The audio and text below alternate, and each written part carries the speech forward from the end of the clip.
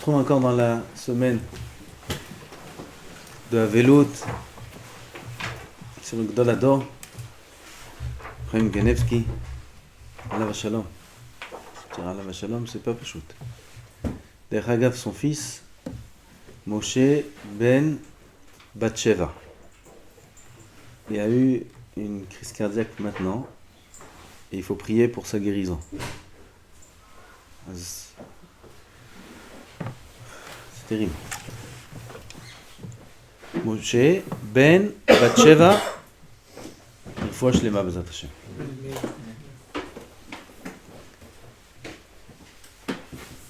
Chazal disent sur le jour de la ptira de Rabbeinu Akadosh, en Ketubot c'est écrit là-bas, que quand Rabbeinu il est niftar, tout le monde est venu, la spidoto, et une voix qui est sortie du ciel qui a dit tout celui qui vient pour les lavot, kulam, ils sont Yeshlaim chelek l'olam haba, muzmanim l'chay l'olam haba. Il y a eu un koves c'est un blanchisseur qui n'a pas pu être là-bas, ou il ne savait pas, je ne sais pas c'est quoi la raison, j'ai oublié ce qu'il y a écrit dans la Gemara, et il a entendu, il a un grand tsar, et une voix sortie du ciel, et a dit, Afaou koves, muzman l'chay l'olam haba. Même celui qui a un tsar de ne pas être à la lévaïa du tzaddik, il est muzman l'chay l'olam haba. Être à la lévaïa du tzaddik, kol shekin. Avoir du tsar sur la ptira du tzaddik, c'est mechaprim lo al kol arvonotav, comme ça la Gemara dit. On lui pardonne toutes ses fautes. Celui qui a du tsar, qui a de la peine, qui a mal vraiment sur la ptira du tzaddik. Et c'est la parashat Hashavua. Dans la parashat Hashavua, Nadav et Avihu, ikrivu esh zara la mizbeach, b'Beit Mikdash, et nifteru. Bémet. Chas v'shalom d'expliquer que, comme le pshat que c'est écrit, qu'ils étaient ch'touillés yaïn ou qu'ils ont fait quelque chose sans. Et là, ils ont eu une volonté, comme ça il dit Noam Elimelech, ils ont une volonté tellement grande de s'attacher à Hachem, tellement forte que leur neshama est parti. Chaque tzaddik, il a aussi cette volonté de s'attacher à Hachem. Et quand il arrive à un très haut niveau, sa neshama, elle va pour sortir, aval HaKadosh Baruch Hu, il protège. Il maintient sa neshama dans le corps, comme ça j'ai entendu aussi, je crois du Noam Elimelech, sur un autre chidouche, un autre pirouche, on a plusieurs pirouchim, sur la Hagid Shifro Shel Aaron Shel Oshina. Kadosh Baruch Hu, il a dit à Moshe de dire à Aaron d'allumer la menorah. Moshe, il lui explique à Aaron comment allumer la menorah. Vaya'as Aaron, kasher tziva Hashem el Moshe. Et Aaron, il a fait comme Hashem a ordonné à Moshe. Et ils disent Chazal, pour dire la grandeur d'Aaron, qu'il n'a pas changé de ce que Moshe lui a dit. Tout le monde demande. C'est normal qu'il n'a pas changé, quoi. Il ne va pas faire autre chose que ce que Moshe lui a dit. C'est Hashem qui a dit à Moshe. Il y a plusieurs pirouchim sur ça. Là, j'ai entendu un nouveau pirouche. Que Aaron, à Cohen, en plus il est Cohen, la hitlahavut des tzadikim dans les mitzvot, elle est tellement forte qu'ils perdent le contrôle de leurs membres. Comme on a raconté sur Dan Mourim, sur la nuit qu'il a passé avant de faire les tilat loulav, il est venu, il a pris le loulav était derrière une vitre, il a oublié que c'était dans une vitre, dans la vitrine, il a cassé la vitre, il s'est coupé les mains, il n'a même pas fait attention. Le tzaddik, c'est pas des niveaux qu'on comprend, tellement il aime Hashem, tellement il aime les mitzvot, que quand il fait l'action, il perd parfois le contrôle. Aaron, qui vient allumer les Nerot la première fois dans l'histoire de Ham Israël, il était d'une hitlahavut tellement grande que c'était impossible qu'il réussisse à allumer les Nerot. Il aurait dû tout renverser là-bas. La Gid Shifro Shel Aaron Shel Oshina. Il a réussi dans toute sa hitlahavut à faire la dlaka comme il fallait. Pareil, Nadav et Avihu. Dans leur hitlahavut gdola, leur neshama est sortie du corps. Pourquoi elle est sortie du corps et les autres tzadikim non? Parce que là, Hachem ne leur a pas demandé de faire ça. Puisqu'ils ont fait ça sans la permission, alors là, Kadosh Baruch Hu, il a dit, cette fois-ci, on ne protège pas. Donc leur neshama est sortie, ça c'est la mort de Nadav et Avihu. La Gemara a dit que tout celui qui pleure sur la mort de Nadav et Avihu, Gam Nimchalim Avonotav, et qu'il faut verser des larmes, pas pendant Shabbat, avec la Kippour. À Kippour, on lit la paracha Shmini, on lit la mort de Nadav et Avihu. le matin. Et là-bas, il y a une mitzvah de pleurer à ce moment-là. Pour pleurer sur la mort des tzadikim. Il faut pleurer sur la mort des tzadikim. Le Rav Alav Shalom, Rabbi Chaim Kanievski, on peut parler, il était Baal Moftim, il faisait des miracles. Melouban, Meloumat Benissim, comme ça, les Gdolé Ashkenazim, ils ont dit sur lui, pas les Sfaradim qu'on a l'habitude chez nous, il y a plein de Melouadim Benissim, Meloubanim, Baba Saleh, Baba Haki, Baba Meir, tous les tzadikim qu'on a connus chez nous, les Ashkenazim, ils disent sur Abraham qu'il était Melouban Benissim. C'était Pachou, il y a des histoires sans fin, qu'on va raconter Bezat Hashem un petit peu. Des histoires que je ne connaissais pas. Aval, c'est pas ça le Ika. Quand il était jeune, ou Bachour, ou jeune Avrer, vous savez, dans les yeshivot Ashkenaz, les grandes yeshivot, ils sont très très très forts dans les pilpoulim. Très forts. Les vrais pilpoulim, les vrais chachamim. Très forts. Et ça va très vite, et ça va dans tous les sens. Aval, ils ne connaissent pas c'est quoi étudier la Gemara, le Pshat. Pourquoi? Parce qu'ils sont après ça, beaucoup après. Et quand il était au Beth Midrash, comme ça, Bachour et Yeshivot, il y avait aussi Reb Chaim. Et tout le monde était là-bas, dans le feu, des Kushiot, des Terutzim, des Chilukim, des Choinim, des Reb Shimon, des Reb Zer. Lui, le Rav, il n'était jamais mêlé dans ces discussions. Il était toujours au fond du Beth Midrash. Au fond, je ne sais pas si c'était au fond, là-bas, comme ça on raconte. Et il tournait les pages. On l'appelait un Maravir Dapim, comme ça on l'appelait. Il était Maravir Dapim. Il était une page, encore une page. Jamais il participait au pilpoulim, jamais il disait son avis, jamais il... Quelle est la raison? Je ne sais pas. Il me semble avoir entendu qu'il n'était pas étudié ce qu'il pouvait, ce qu'il voulait. Et comme ça, il était marvir dans sa Shakdanout, jour après jour. Et il n'était pas mêlé dans tous le mouvement de tous les autres Talmidim. Avant d'y travailler. Il avait la grande mida de Atmada. La Atmid. Il étudiait toute la Torah, tous les ans. Talmud Yerushalmi, Talmud Bavli, Rambam, Bet Yosef, Shulchan Aruch avec tous les Nosekilim, Tikkun HaZohar, mais surtout le Tanakh, et encore d'autres choses que peut-être j'ai oubliées. Toute la Torah, tous les ans. Étudier 7 dapim par jour, tout le monde peut. Un bon barreau, un bon âme. Il peut étudier 7 dapim par jour. Allez, viens, on commence 7 dapim par jour. Allez, on commence. On finit le chasse en un an. Tout le monde peut faire ça. La question, c'est combien de temps tu peux faire ça? Combien de temps tu vas tenir? Combien de temps on tient avec nos kabbalotes? On a des moments où on prend sur nous, on fait un jour, 2 jours, une semaine, 2 semaines, 3 semaines, 4... La Atmada. On raconte, c'est un Rav qui raconte qu'il était chez le Rav, et devant lui il y avait un juif, Baal Bait, pas choute, pas Haridi, Baal Bait. Et quand il était la dernière fois chez le Rav, il avait un problème, et le Rav il lui a dit de prendre sur lui de ne pas utiliser l'électricité Shabbat, ça veut dire avec l'électricité en Israël de la compagnie électrique, parce qu'ils sont Mechalelim Shabbat. Et là, générateur, comme ça on dit générateur, je ne sais pas comment on dit en français, qui fournit l'électricité avec de l'essence. Comme ça, il y en a dans plusieurs endroits où on peut faire ça. Comme ça, c'était la chita du Chazon Ish, c'est un sort d'utiliser l'électricité Shabbat. Comme ça, le Stapler, son père, Alav Shalom, son père aussi, c'est le fils du Stapler.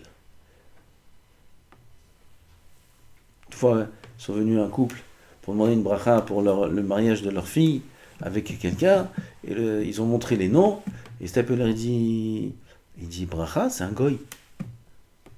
Le garçon, c'est un goy. Il dit, comment c'est un goy? C'est le meilleur barreau de l'Ejiva. Comment c'est un goy? Il dit un goy. Ils sont partis, ils ont vérifié. Mettre sa grand-mère, elle a fait une conversion réformiste. Chez les réformistes. Ça vaut rien. Goy. Ils sont revenus voir le Rav. Le Rav, c'est un goy, vas-y, Maosim. Ah, c'est Rivaté la colque. Il dit, Chas v'shalom. Mais putain, Bachon Metsuyan. Qui se convertissent. Qui se convertissent, qui se marient. Une fois, on lui a amené. Il y avait une yeshiva entière, le Rav là-bas, il allait pour rentrer chez le Stapler, il a dit aux élèves, comme ça, aux rabbanim, tout ça, celui qui veut, je rentre chez le Stapler, qui me donne la liste des noms, et Nevarer. Chacun il écrit son nom, ils amènent la feuille au Rav, le Rav va chez le Stapler, il rentre. Il dit les noms, c'est Bachor yeshiva, Ken, Mechalel Shabbat. Il dit, Rav, c'est pas Mechalel Shabbat. Le Rav dit, moi je sais que c'est un Bachou. Bachourim chez nous, c'est pas possible. Mechalel Shabbat. Ou Mechalel Shabbat. Ils sont partis. Ils ont vérifié c'est qui ce Bachou, ils ont appelé. Ce Bachou-là, c'est pas Bachou de la Yeshiva, c'était le Ménaké. Le nettoyeur de la Yeshiva. La compagnie de nettoyage. C'était un juif. Mais il était avec eux. Ils ont vu tout. Qu'est-ce que vous faites? Oh, on va chez un grand Rav, les brachot. Ah bah mettez mon nom, moi aussi. Il a mis son nom à lui aussi. C'est Ruach HaKodesh. Son fils.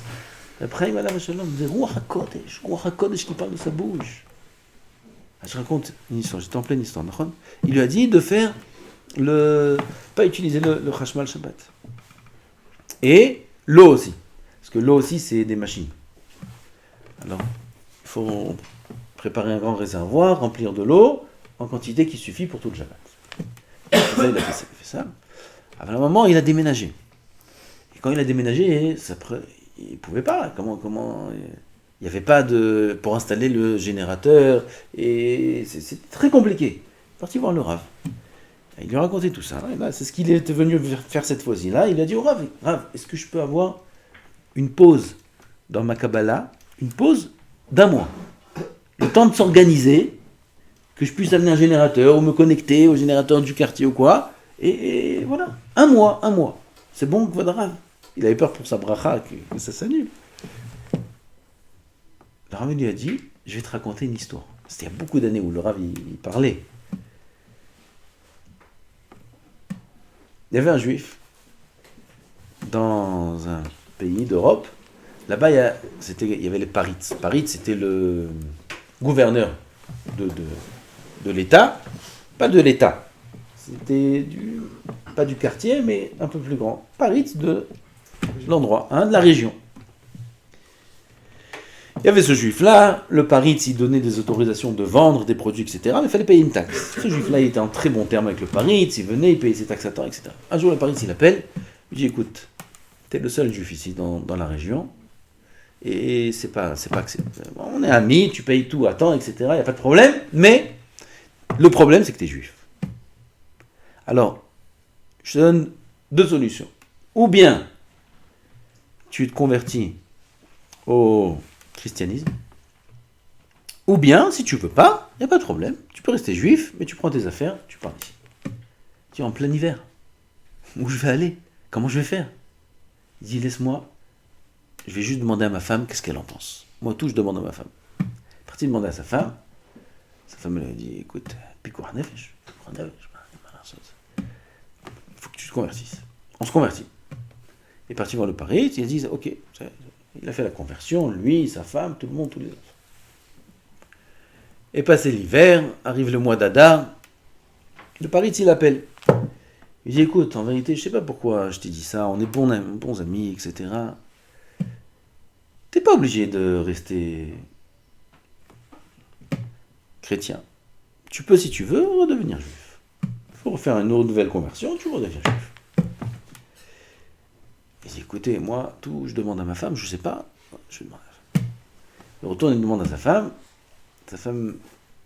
il dit, voilà, si tu veux, voilà, on peut redevenir juif, il n'y a pas de problème, la xéra, elle est annulée, et il n'y a plus Pikour Nefesh. Il dit, écoute, regarde, on va dire au Paris comme ça, parce que là, c'est Pessah. Et Pessah, c'est compliqué. Faut tout nettoyer, faut tout arranger, les halachot, quand on est en Hadar, je peux pas, c'est pas...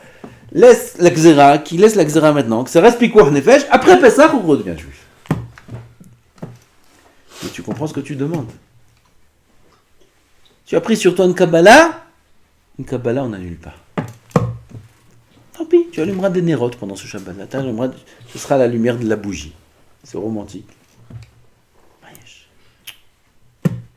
Ça, c'était la mida du Rav Alav Shalom. Atmada, c'est avec ça qu'il est devenu un gadol.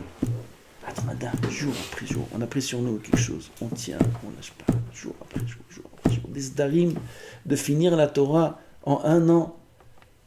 Tous les ans. Tous les ans. Ne pas être mevater sur un seder. Ne pas être mevater sur un daf. On n'a jamais entendu qu'il avait du retard et près dans ces sdarim. Jamais entendu. Tous les ans. À 1h30 du matin, il se levait. Après, il allait à la tfila, au Netz, 20 minutes avant la tfila. Il lisait 10 prakim de Teilim, avec le Teilim écrit en claf. Après la tfila,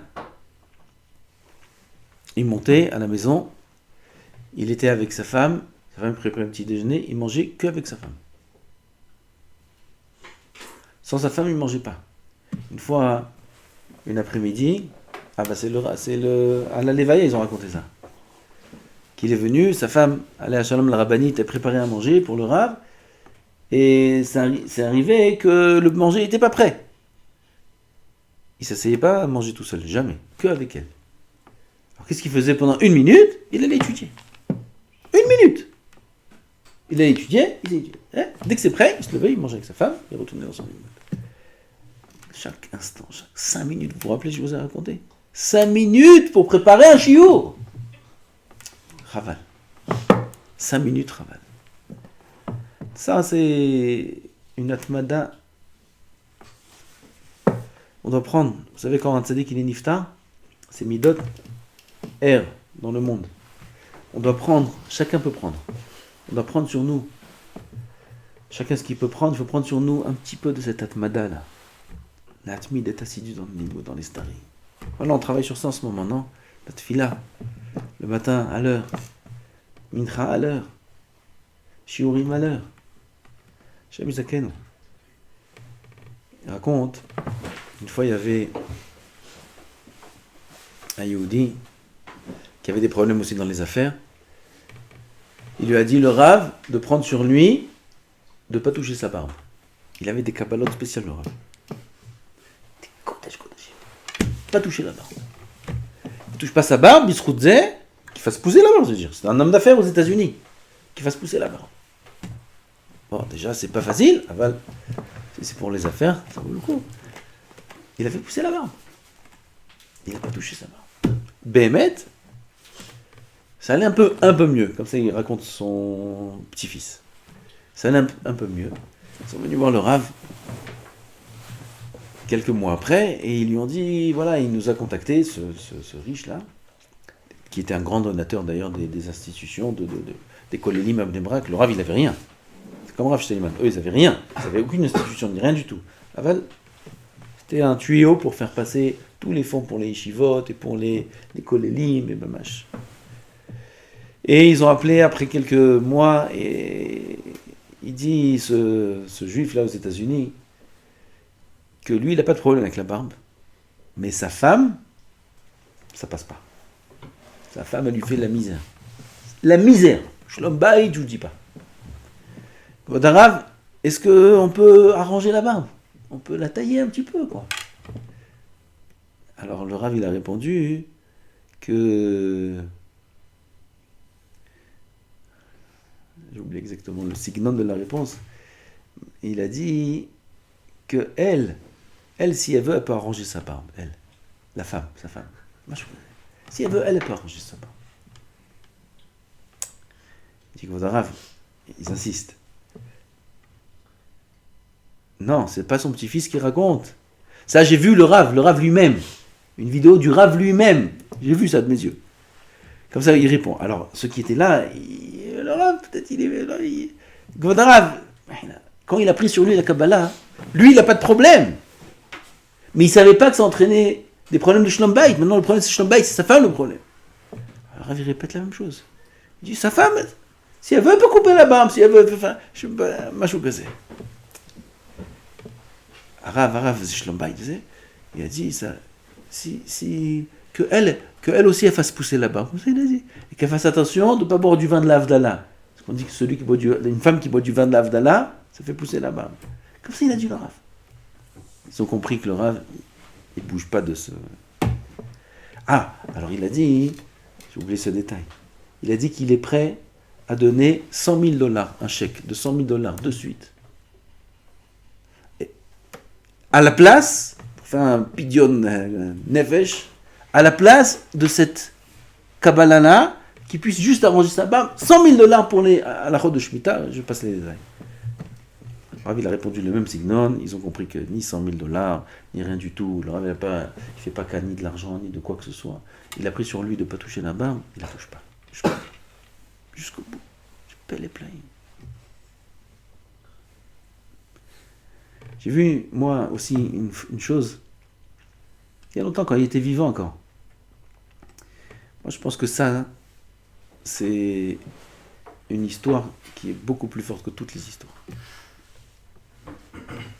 Une fois, il y avait un Rav qui venait étudier avec lui, qui passait sur ses Sfarim, etc. Et le Rav, il avait sur son stender un petit morceau de Kricha d'un livre. Pas Kricha, vous savez, dans le livre, il y a cette partie-là à l'intérieur, une sorte de tissu que c'est dedans. Il y avait un petit morceau comme ça, un petit morceau d'un livre qui a été déchiré d'un certain livre, qui était posé sur son stender. Et quand il est arrivé, la personne, alors le Rav il a bougé, ou le Rav il a bougé le livre, ou lui il a bougé un livre, ou lui a posé un livre, et ce morceau-là, ce petit morceau-là est tombé. Et le Rav, il est comme ça, il cherche, et il cherche, et il cherche. Et là, il lui dit, Von Rav, vous cherchez quelque chose, vous avez perdu quelque chose. Il dit, il y avait un morceau de livre là qui était posé. Il faut mettre à la gnisa. Et le Rav il cherche comme ça pendant peut-être 3 minutes. Et il se baisse, il cherche sur lui, 3 minutes. Tzarich gnisa. Un petit morceau, un papier, c'est halakha. Un petit morceau de papier d'un livre, tout petit même, ou de la reliure d'un livre, chayav gnisa. Quel ira de Shamaïm, tout petit morceau comme ça. Et il cherche. 5 minutes du Rav, vous savez c'est quoi 5 minutes du Rav? C'est ira de Shamaïm. Le dikdouk b'mitzvot. Zatmada. Avec ça, on arrive à des hauts niveaux dans la voie d'Hashem. On n'arrive pas comme ça à être prime.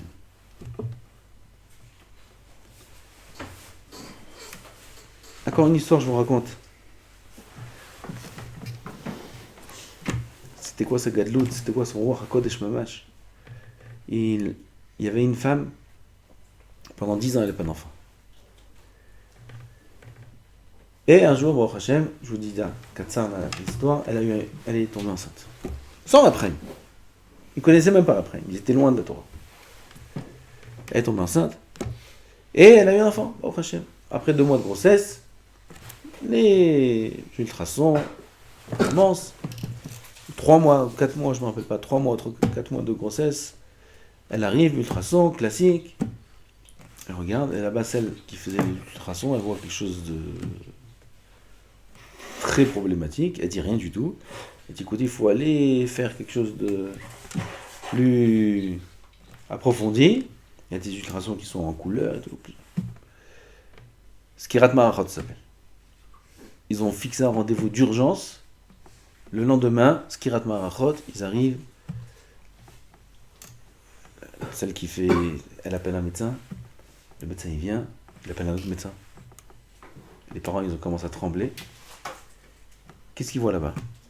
Ils disent aux parents, voilà, on vous annonce, c'est un peu dur, mais le bébé a le ventre qui ne s'est pas fermé. Le ventre est resté ouvert. Tous les intestins sont à l'extérieur du corps. 20 cas, il y a eu dans l'histoire, qui connaissent dans la médecine mondiale. 20 cas dans le monde entier. Il n'y en a pas un qui a survécu. il faut le appala. Comment on dit appala? Hein? Avorter. Il faut sortir le bébé. On pleure. C'était terrible. Il dit, on va demander, on va accepter tout de suite. Ils sont partis voir des médecins et des spécialistes, des grands spécialistes mondiaux, etc. Avec ce dossier. Ils ont tous dit la même chose. Il faut avorter, ça sert à rien. Même si il tient encore quelques mois dans le ventre, ça va pas tenir. Et même si ça sert à rien. Ils étaient dépourvus. Qu'est-ce qu'on fait? Ils connaissaient un ami qui connaissait un peu les religieux. Ils se sont dit, il y a un grand tzaddik à Bnei Brak, Ephraim. Il n'y a que lui qui peut aider. Ils sont partis chez Ephraim. Ils sont rentrés chez lui, tout le dossier avec le Neched, avec le petit-fils du Rav qui vient, le Rav, c'est le cas comme ça. Il dit le Rav, Shiye le dakala, ayalda tiye bria, boué. Comme ça il dit le Rav. Il y aura un bon accouchement, l'enfant sera en bonne santé, boué, c'est ce qu'il disait les 20 dernières années, bracha vatzlacha. Au début, il disait bracha vatzlacha, après il disait boué. Même ça. Boué.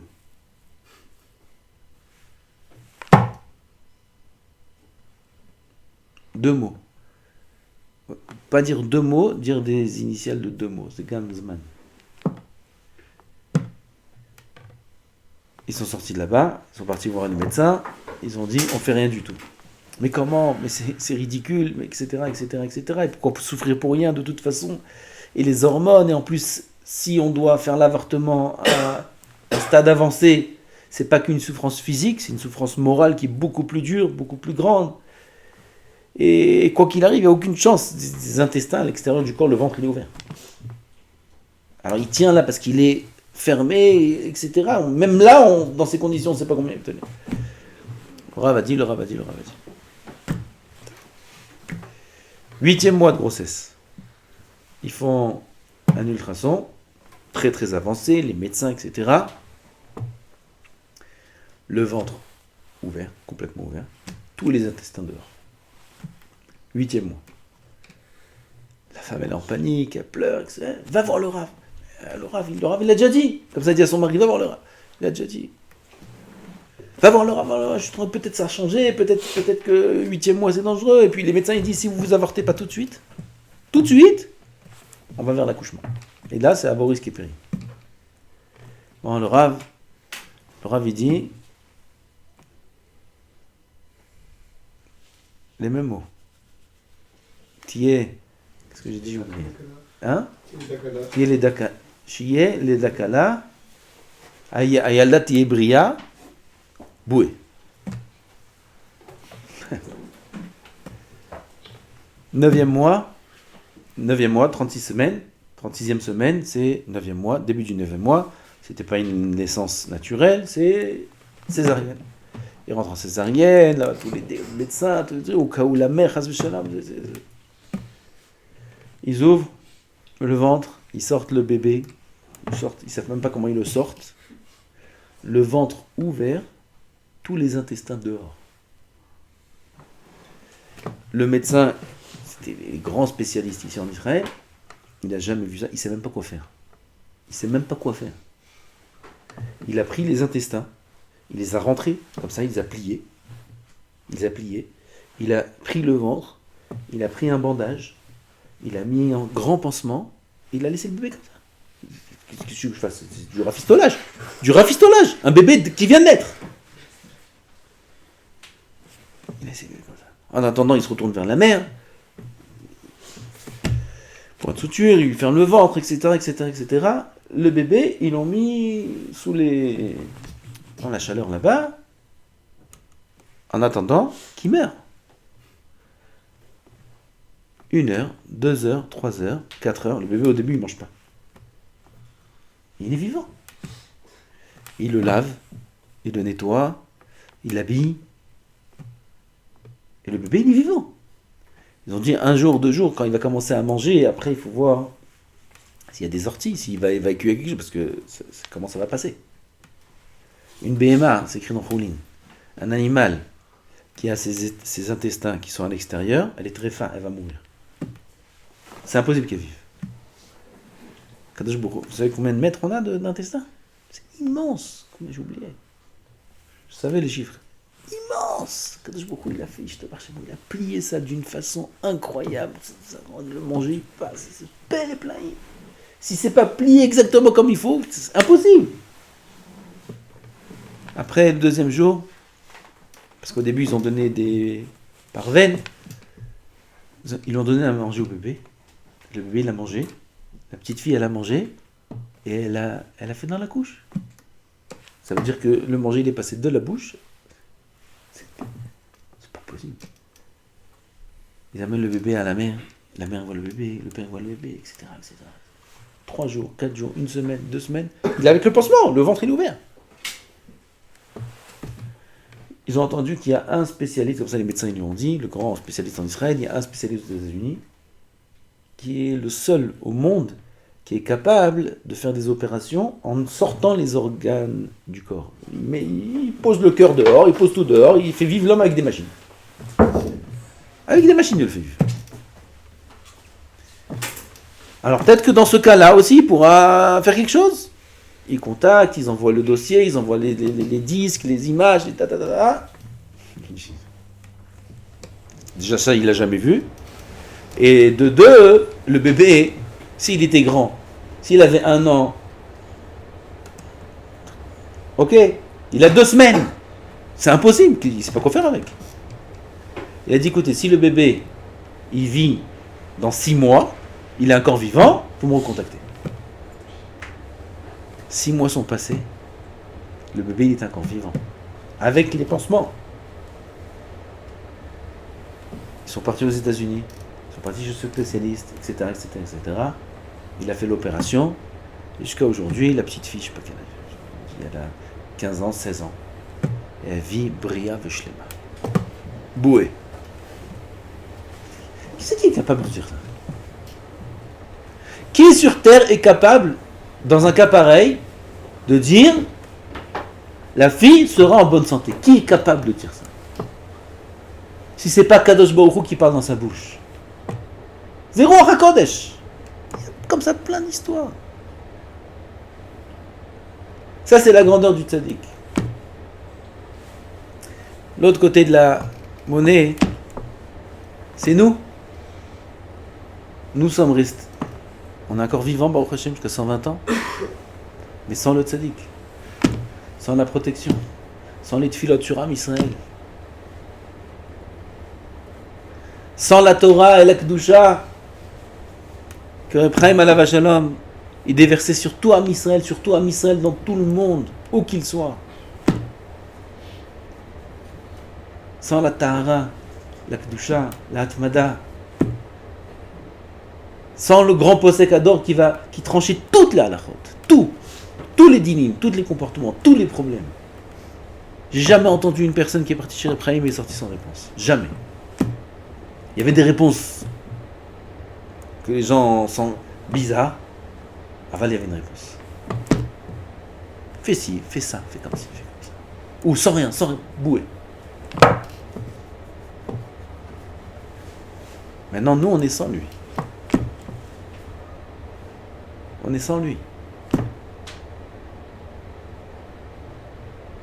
On est sans Rav Eliashiv. On est sans Rav Steinman. On est sans Rav Ovadia. Et maintenant, on est sans Reb Chaim.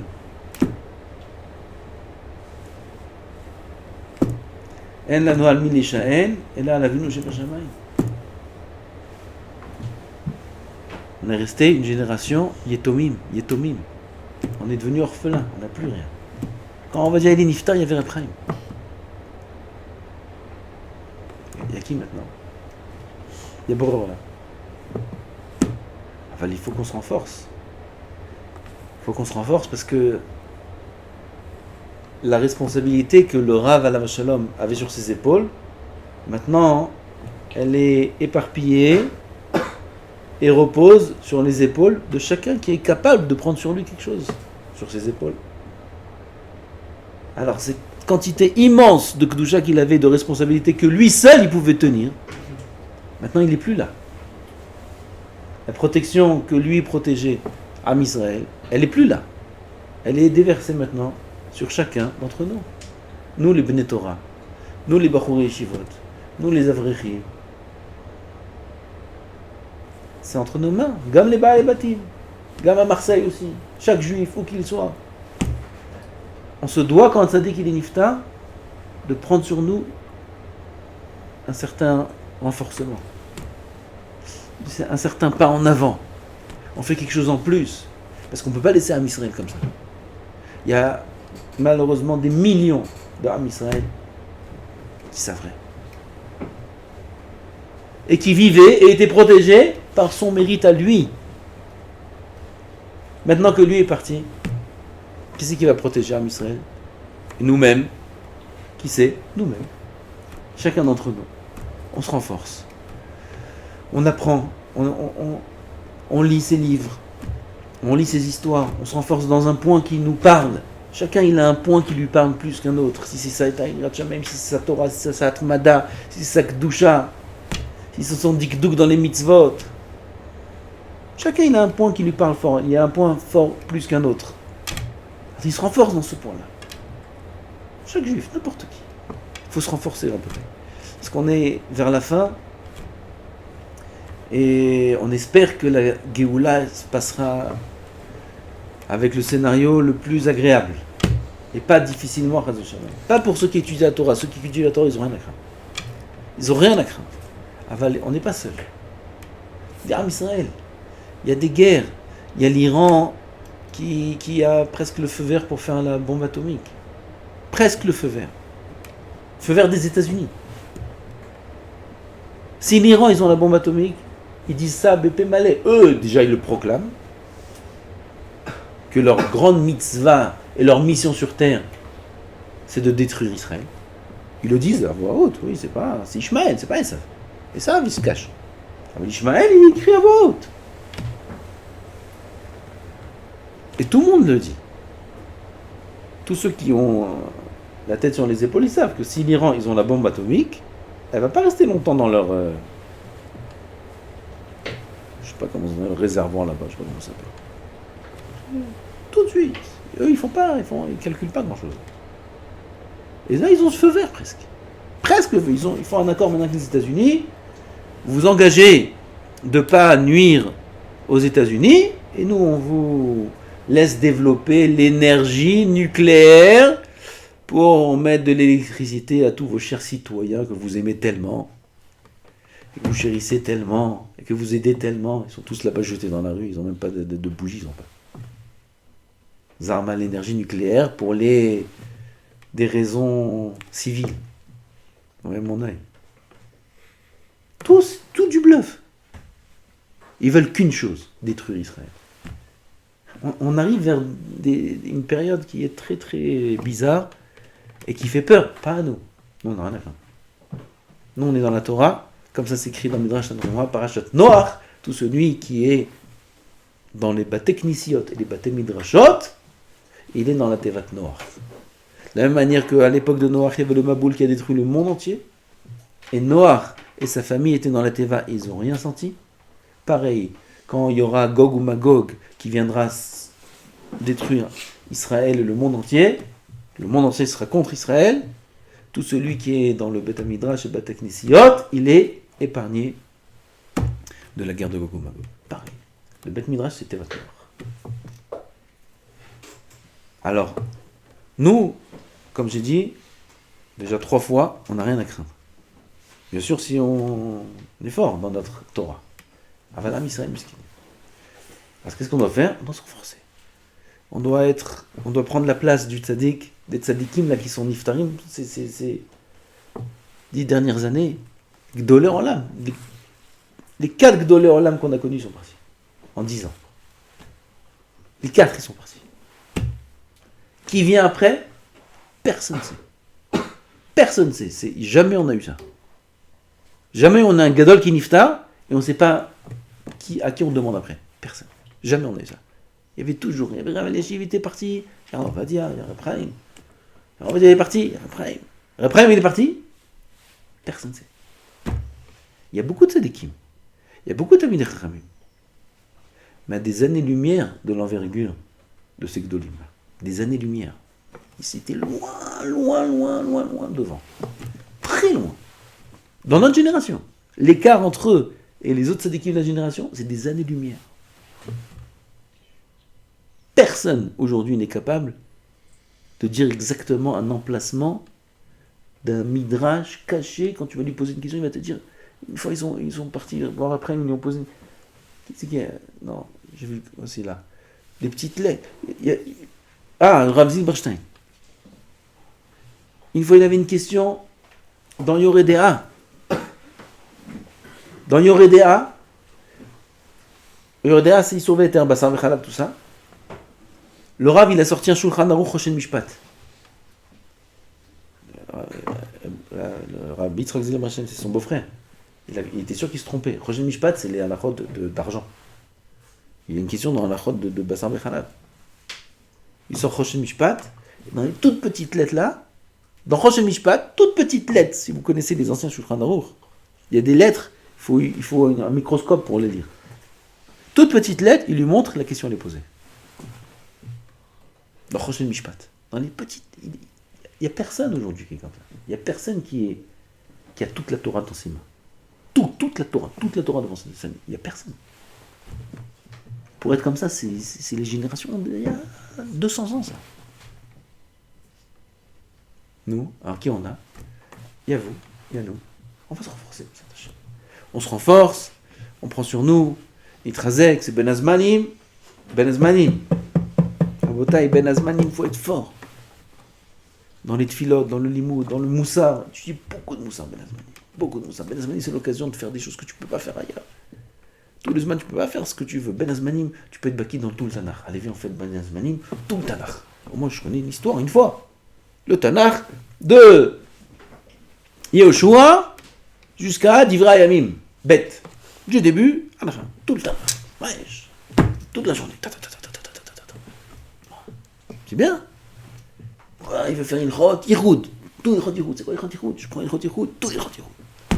Ilchot, chacun ce qu'il aime. Il prend un sujet, il profite Ben Azmanim du matin au soir. Il lâche une chose. Il sort du Ben Azmanim, en un mois, il a ça comme ça dans la main. Une chose. Prochain Ben Azmanim, un autre sujet. Prochain Ben Azmanim, un autre sujet. C'est l'occasion. Celui qui fait ça, son sachar de Limud Torah, il est beaucoup plus grand que pendant le Zman. Beaucoup plus grand. Il n'y a pas le Rav. La semaine prochaine aussi, il n'y a pas le Rav. Top, retransmets. Hein, Youssef, retransmets ce qu'on a dit. Shem Yizakenu, Baruch Adonai Le'olam, Amen v'Amen.